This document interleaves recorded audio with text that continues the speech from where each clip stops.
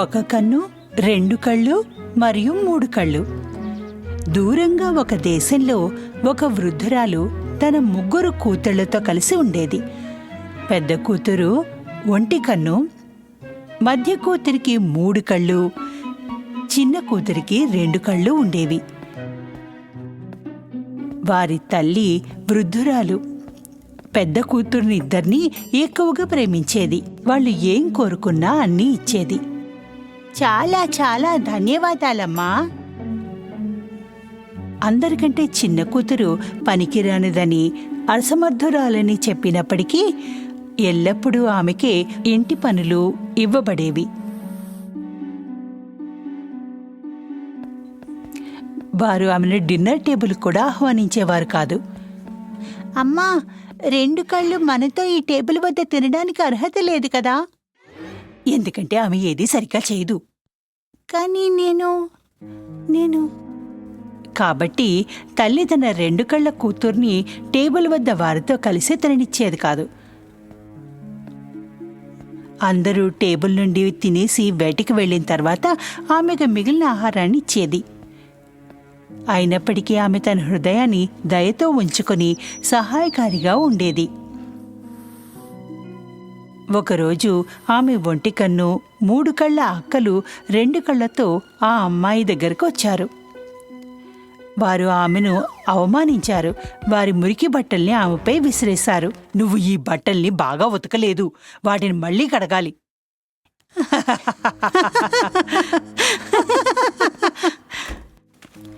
రెండు కళ్ళు ఏడుస్తూ ఇంటిని విడిచిపెట్టింది. ఆమె మళ్ళీ బట్టలు ఉతకడానికి నదికి వెళ్ళింది. నా సోదరి మళ్ళీ నాతో ఎందుకు ఇలా వ్యవహరిస్తున్నారు? వాళ్ళకి నేనేం చేశాను?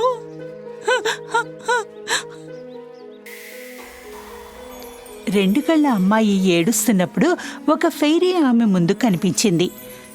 ఆ ఫెయిరీ తన మెరిసే దుస్తులతో రెండు కళ్ళ అమ్మాయిని అబ్బురపరిచింది. కానీ ఆమె తన ముఖాన్ని తన నుండి దాచుకుంది. నువ్వు ఎందుకు ఏడుస్తున్నావు రెండు కళ్ళ అమ్మాయి? ఎందుకంటే నేను ఇంట్లో అందరికంటే చిన్నదాన్ని. మా అమ్మ అక్కలు నేను పనికిరాని దాన్నని నన్ను ఎప్పుడూ ద్వేషిస్తూ ఉంటారు. నాకెప్పుడు డిన్నర్ టేబుల్లో మిగిలిన ఆహారాన్ని ఇస్తారు. ఓ, విచారంగా ఉండకు అందమైన అమ్మాయి. చూడు, నీకోసం నా దగ్గర ఒక బహుమతి ఉంది. ఇదొక మంత్రదండం.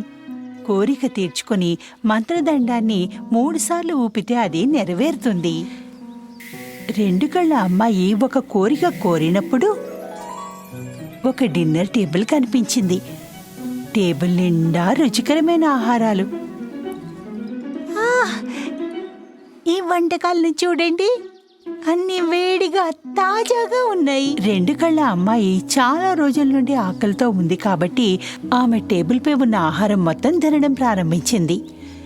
నువ్వు తినడం పూర్తి చేసినప్పుడు నువ్వు మంత్రదండాన్ని 2 సార్లు మాత్రమే ఊపాలి. అందమైన రెండు కళ్ళ అమ్మాయి, గుర్తుంచుకో, 2 సార్లు మాత్రమే.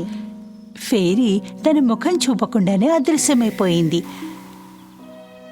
రెండు కళ్ళ అమ్మాయి చాలా బాగా భోజనం చేసి మంత్రదండ 2 సార్లు ఊపింది.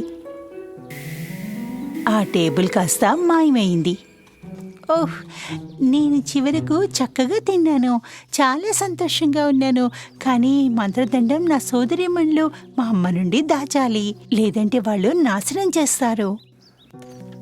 రెండు కళ్ళ అమ్మాయి ఆ మంత్రదండాన్ని చేతి ఆసరా కర్రగా తీసుకుని ఇంటికొచ్చింది. టేబుల్ పైన మిగిలిపోయిన ఆహారాన్ని గమనించింది. ఆమె కడుపు నిండా ఉన్నందున తినలేదు. రెండు కళ్ళు తన చేతికర్రను తీసుకుని ప్రతిరోజు మళ్ళీ బయటకు వెళ్ళసాగింది. ఆమె నీటి అంచుకు వెళ్ళి తన దండాన్ని ఊపుతూ తనకు కావలసినంత తినేసేది. కానీ ఒకరోజు ఆమె తిరిగి ఇంటికి వచ్చినప్పుడు తన అక్కలు ఒక కన్ను, 3 కళ్ళు, చెల్లెలు 2 కళ్ళలో వచ్చిన మార్పును గమనించారు. ఆమె బయటికి వెళ్ళిన ప్రతిసారి ఎందుకు ఆమె 2 కళ్ళు నవ్వుతున్నాయి? మనం వదిలేసిన ఆహారాన్ని ఆమె ఎందుకు తినట్లేదు? మరుసటి రోజు రెండు కళ్ళు బయటికి వెళ్ళినప్పుడు అసూయతో ఉన్న సోదరీమణులు ఆమెను అనుసరించారు. కొద్దిసేపటికి రెండు కళ్ళు నీటి అంచు దగ్గరకు వచ్చింది. తన కోరికని తీర్చుకుంది. మంత్రదండం 3 సార్లు ఓపింది. ఒక టేబుల్ నిండా రుచికరమైన ఆహారం కనిపించింది. ఇది చూసి ఆ అక్క చెల్లెళ్ళిద్దరూ ఆశ్చర్యపోయారు. కాబట్టి ఆమె ప్రతిరోజు తన కడుపుని రుచికరమైన ఆహారంతో నింపుకుంటోంది. ఆమె ఈ విషయాన్ని మనకు చెప్పలేదు కూడాను. ఒంటికన్ను మరియు 3 కళ్ళు తిరిగి ఇంటికి పరిగెత్తి వారు ఈ విషయాన్ని అమ్మకి చెప్పారు. తల్లి విన్నది నమ్మలేక చాలా కోప్పడింది. ఇదంతా విన్నాక ఆమె ఎంతో కోప్పడింది. రెండు కళ్ళు ఇంటికి తిరిగి వచ్చేలోపు అందరూ అక్కడ దాక్కున్నారు. ఆ అమ్మాయి ఇంట్లోకి రాగానే అమ్మ దగ్గరకు వచ్చి మంత్రదండాన్ని తీసుకుని సగానికి పగలగొట్టేసింది. వద్దు, అలా ఎందుకు చేసావమ్మా? మేము ఆకలితో ఇంట్లో కూర్చున్నప్పుడు నువ్వు రుచికరమైన ఆహారం విందు చేస్తున్నావా? ఈ ఇంట్లో నీకిక ఆహారం లేదు. రెండు కళ్ళు చాలా కలత చెందింది. ఆమె విరిగిపోయిన మంత్రదండం తీసుకుని బయటికి వెళ్ళి ఏడ్చింది. అదే సమయంలో రహస్యంగా ఉన్న మంచి ఫెయిరీ ఆమె ఎదురికి మళ్ళీ వచ్చింది. ఏడవకు, రెండు కళ్ళ అమ్మాయి, కర్ర ముక్కల్ని తీసుకొని చంద్రకాంతి కింద పాతిపెట్టు, నువ్వు మళ్ళీ నవ్వుతావు. రెండు కన్నులు ఆ ముఖాన్ని చూడకముందే రహస్యంగా ఉన్న ఫెయిరీ అదృశ్యమైంది. రెండు కళ్ళు వెంటనే వెళ్ళి ఫెయిరీ చెప్పింది చేసింది. మరుసటి రోజు ఆమె కర్ర ముక్కల్ని పాతిపెట్టిన చోటు నుండి వెండి ఆకులు, బంగారు పళ్ళు ఆ చెట్టు పెరిగింది. అది చాలా పెద్దగా, ప్రకాశవంతంగా అందరూ చూడగలిగేలా ఉంది. రెండు కళ్ళు తల్లి సోదరిమణులు చెట్టు వద్దకు వెళ్ళి దాని నుండి కొన్ని పళ్ళు సేకరించాలనుకున్నారు. కానీ పండ్ల కోసం సోదరీమణులు చేతికి వచ్చినప్పుడు ఆ చెట్టు కొమ్మలు పైకి వెళ్ళేవి. ఇది చూసిన వెంటనే రెండు కళ్ళు వారి వద్దకు వచ్చింది. నేను ఈ అందమైన చెట్టు నుండి ఒక పండు తీసుకున్నా? మేమే దాన్ని పొందలేకపోయాము, ఇక నువ్వు పొందగలవా? రెండు కళ్ళు చెట్టు వైపు చేతులు చాచింది.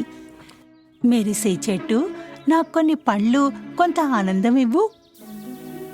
ఈ మంచి మాటలు విన్న తర్వాత చెట్టు తన కొమ్మలను రెండు కళ్ళ ముందు ఉంచింది. తర్వాత ఆమె పళ్ళు సులభంగా తీసుకోగలిగింది. రెండు కళ్ళ అమ్మాయి తన తల్లి సోదరీమణులకు పండ్లలో కొంత ఇవ్వాలనుకుంది. కానీ వారు అసూయపడ్డారు. నేను కూడా అలా చేయగలిగేదాన్ని. చూడు, నాకు కొన్ని పళ్ళు, ఆనందము ఇవ్వు మెరిసే చెట్టు.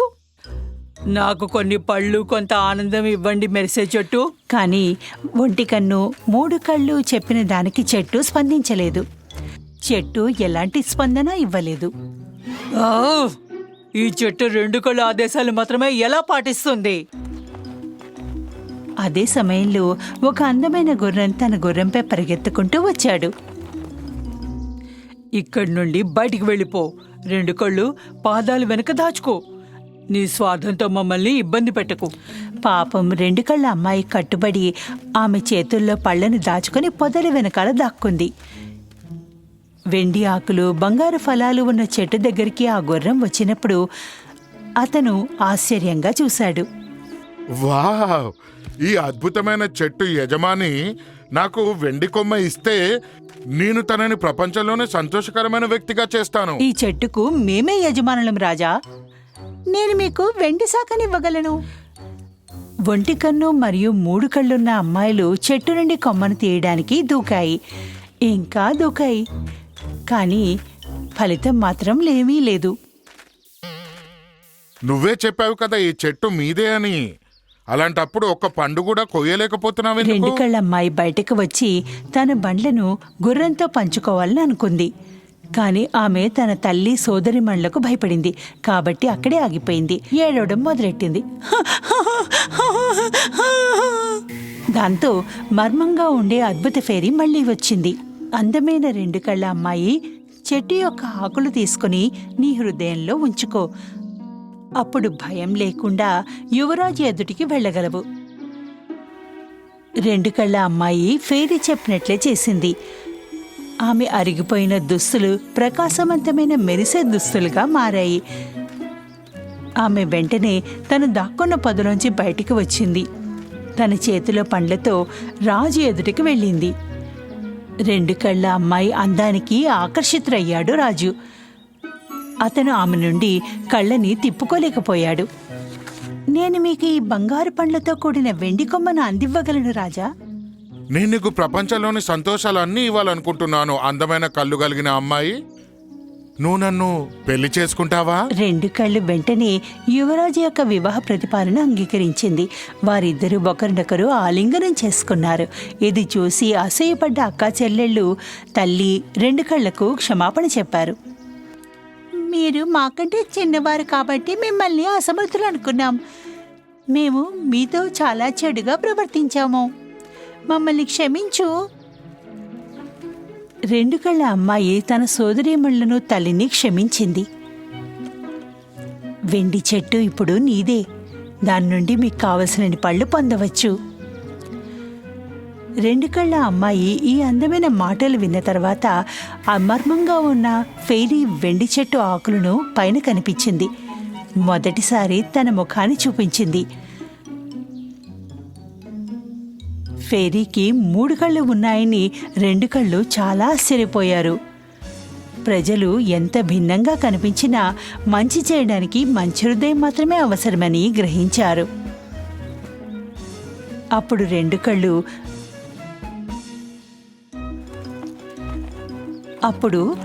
కళ్ళు ఆ యువరాజు యొక్క గుర్రంపై ఎక్కి శాశ్వతంగా ఆనందానికి బయలుదేరింది.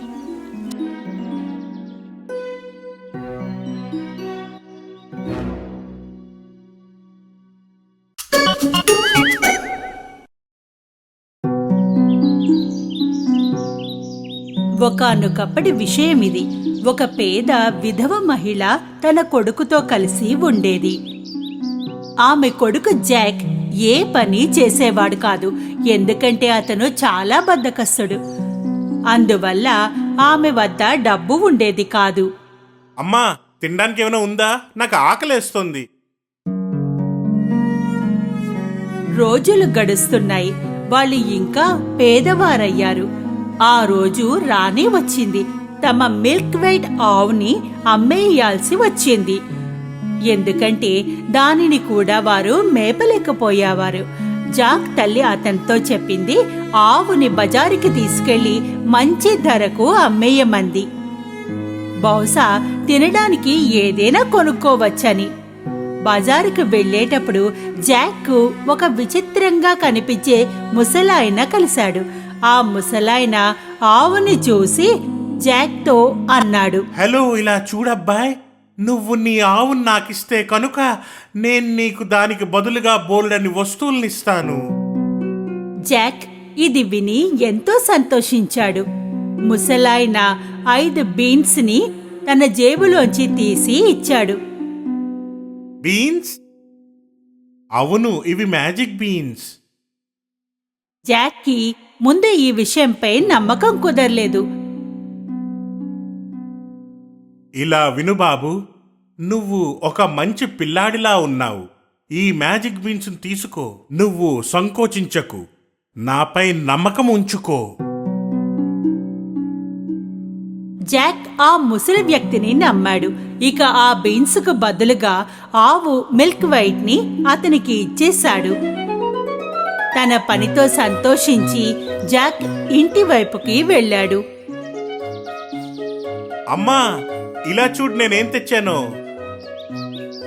జాక్ ని ఇంత సంతోషంగా ఉండటం చూసిన తల్లి అనిపించింది ఆవుకి మంచి ధర పలికి ఉంటుందని. ఎప్పుడైతే జాక్ తన తల్లికి మ్యాజిక్ బీన్స్ చూపించాడో ఆమెకు చాలా కోపం వచ్చింది. ఆమె ఆ మ్యాజిక్ బీన్స్ ని గార్డెన్లోకి విసిరేసింది. జాక్ ని అక్కడి నుండి వెళ్ళిపోమ్మని చెప్పింది. నువ్వు నీ గదిలోకి వెళ్ళు. నిన్ను నేను బయటికి రమ్మని పిలిచే వరకు బయటికి రాకు. నీకు ఈరోజు భోజనం లేదు.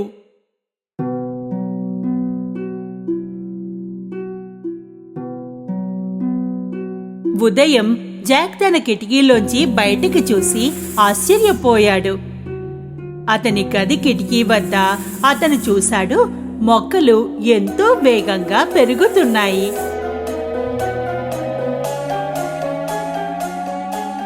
అవి సాధారణ మొక్కల్లా లేవు, పువ్వులు కాదు, ఇవి మ్యాజిక్ బీన్స్ మొక్కలు. జాక్ ఆ విశాలమైన బీన్ మొక్కల్లోకి ఒక్క గంతు గంతాడు. ఆ వంకర టెంకర మొక్కలపై మెట్లలాగా చేసుకుని ఎక్కసాగాడు. కొంత ఎత్తు వరకు ఎక్కాక ఒక విచిత్రమైన చోటికి చేరుకున్నాడు. అక్కడ అన్నీ చాలా పెద్దగా ఉన్నాయి. అతను ఒక పూలతో నిండిన మార్గాన్ని చూశాడు. దాని పక్కగా ఒక పెద్ద ఇల్లు ఉంది. జాక్ ఆ ఇంటి వైపుకు వెళ్ళాడు. అతను తలుపుని తట్టాడు. ఒక ఎత్తుగా ఉన్న మహిళ లోపల నుండి జవాబిచ్చింది. అది నేను మిమ్మల్ని అడగాలనుకున్నాను, మీ దగ్గర తినడానికి ఏమైనా ఉందా అని. ఉందిగా, కానీ నువ్వు నా భర్త వచ్చే ముందు నువ్వు ఇక్కడి నుండి వెళ్ళిపోవాలి. ఎందుకంటే నా భర్తకు చిన్న పిల్లలంటే ఎంతో ఇష్టం. వాళ్ళని తినేస్తాడు. జాక్ భయపడ్డాడు, కానీ ఆకలితో ఉన్నాడు. తినడానికి టేబుల్పై కూర్చోగానే అతనికి ఏదో గంభీరమైన గొంతు బయట నుండి వినిపించింది. నాకు పిల్లల వాసన వస్తోంది.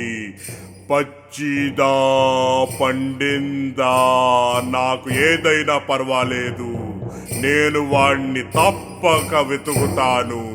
ఆ మహిళ జాక్ ని పిలిచింది. ఎప్పటికిప్పుడే అవెన్లోకి వెళ్ళి దాక్కో బాబు. జాక్ అవెన్లోకి వెళ్లి దాక్కున్నాడు. ఆ రాక్షసుడు కిచెన్లోకి వెళ్లి వాసన చూస్తున్నాడు. నాకు చిన్న పిల్లాడి వాసన వస్తోంది. మీరేమంటున్నారండి? బహుశా మీకు ఆ తియ్యటి సువాసన వస్తోందేమో. నిన్న నేను పెళ్లికి తినిపించాను. భోజనం అయ్యాక ఆ రాక్షసుడు బంగారు నాణాల్ని లెక్కించసాగాడు.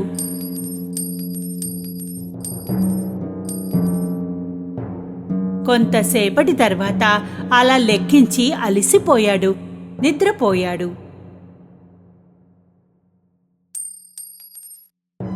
జాక్ అవెన్ నుండి బయటికి వచ్చాడు. అతను బంగారం ఉన్న బ్యాగ్ని తీసుకున్నాడు. ఆ బ్యాగ్ని బీన్ మొక్కల్లోకి విసిరేశాడు. నెమ్మదిగా చెట్టును పట్టుకుని కిందకి రాసాగాడు.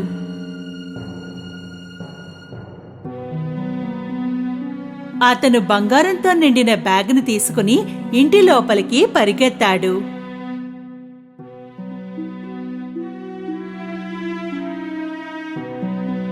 జాక్ తల్లి బంగారాన్ని చూసి చాలా సంతోషించింది. ఆ తర్వాత వాళ్ళెప్పుడు పేదరికాన్ని చూడలేదు. అయితే కొన్ని నెలల తర్వాత తెచ్చిన బంగారం అంతా అయిపోయింది.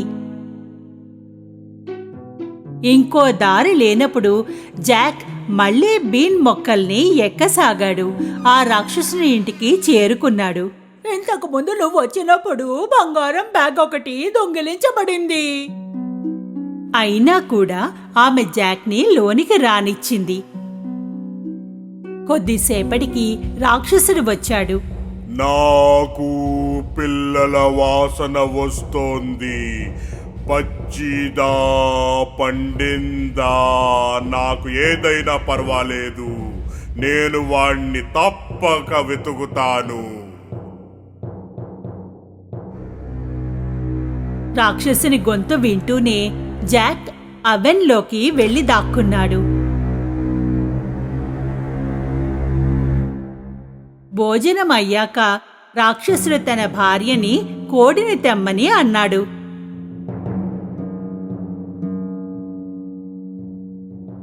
ఆమె కోడిని తీసుకురాగానే అతను ఆ కోడిని గుడ్డు పెట్టమని చెప్పాడు. జాక్ ఇదంతా చాలా ఆశ్చర్యంగా అనిపించింది. ఆ కోడి బంగారపు గుడ్డు పెడుతోంది. ఇక రాక్షసుడు నిద్రపోగానే జాక్ అవెన్ నుండి బయటికి వచ్చి ఆ కోడిని తీసుకొచ్చాడు. కిందికి పరిగెత్తాడు. బంగారపు గుడ్డు వల్ల జాక్ ఇంకా వాళ్ళ అమ్మ మళ్ళీ ధనవంతులయ్యారు.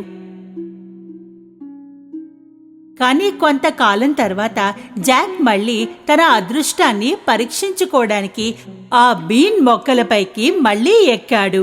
ఈసారి ఆ రాక్షసుని ఇంట్లో దాక్కుని కూర్చున్నాడు. ఆమె భార్య కూడా కనిపించలేదు.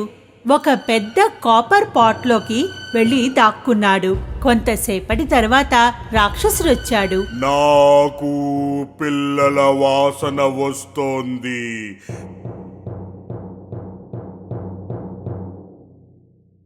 పచ్చిదా పండిందా నాకు ఏదైనా పర్వాలేదు, నేను వాణ్ణి తప్పక వెతుకుతాను. ఈసారి రాక్షసుని భార్య జాక్ ని పట్టుకోవడానికి ప్రయత్నించింది. ఒకవేళ పిల్లాడు ఉంటే అవెన్లో దాక్కున్నాడేమో. జాక్ ఇంకెక్కడో దాక్కున్నాడు. రాక్షసుడు అతని భార్య మొత్తం ఇల్లంతా వెతికారు. కానీ వాళ్ళకి పిల్లాడు దొరకలేదు.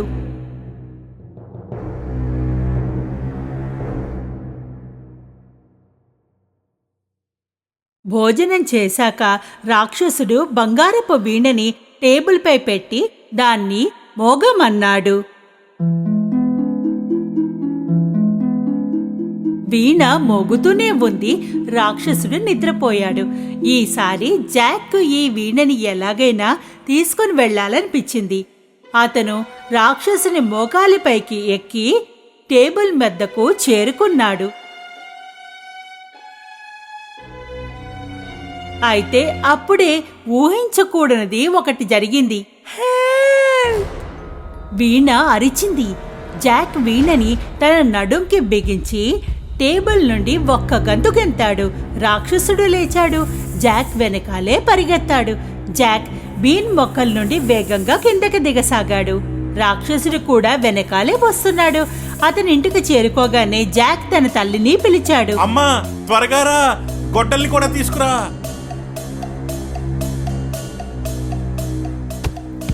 వాళ్ళు బీన్ చెట్లని నరకసాగారు.